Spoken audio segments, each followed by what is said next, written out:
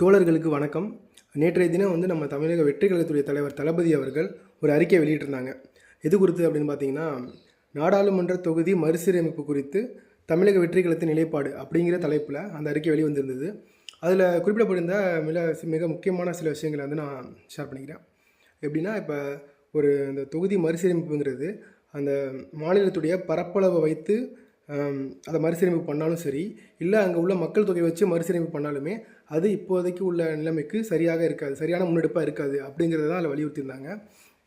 அது மட்டும் இல்லாமல் இப்போது இருக்கக்கூடிய 543 நாடாளுமன்ற தொகுதிகளே தொடரட்டும் அப்படிங்கிறதையும் வலியுறுத்தியிருந்து தான் அந்த அறிக்கையில் மிக முக்கியமான விஷயங்களாக அதில் குறிப்பிடப்பட்டிருந்துச்சு.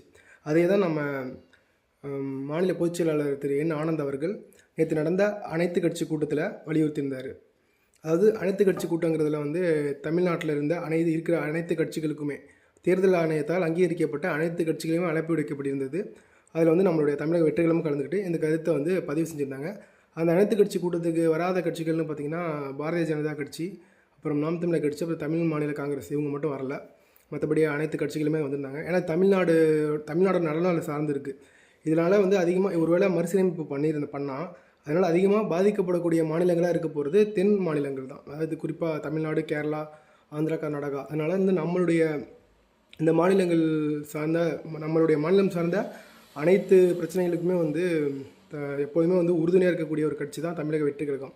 அந்த அறிக்கையில் கூட நம்ம தளபதி தான் சொல்லியிருந்தாங்க, தமிழக நலனுக்கு ஒரு கேடு விளைக்கும் விதத்தில் ஏதாவது ஒரு திட்டமோ இல்லை எந்த ஒரு விஷயம் நடந்தாலுமே அதற்கு தமிழக வெற்றி கழகமும் தமிழக வெற்றி கழக தோழர்களும் கடைசி வரையும் உறுதுணையாக நின்று எதிர்த்து போராடுவோம் அப்படிங்கிற மாதிரி தான் அதில் சொல்லியிருந்தாங்க.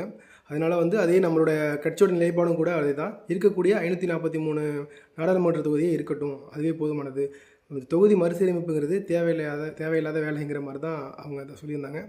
ஸோ இதான் நேற்று நடந்த அந்த அனைத்து கட்சி கூட்டத்திலையும் நம்மளுடைய பொதுச்செயலாளர் வலியுறுத்தியிருந்தார். அதற்கு முன்னாடியே நம்ம தலைவர் அதை பற்றி டீட்டெயிலான அந்த அறிக்கையிலையுமே ரொம்ப கிளியராக சொல்லியிருந்தாங்க.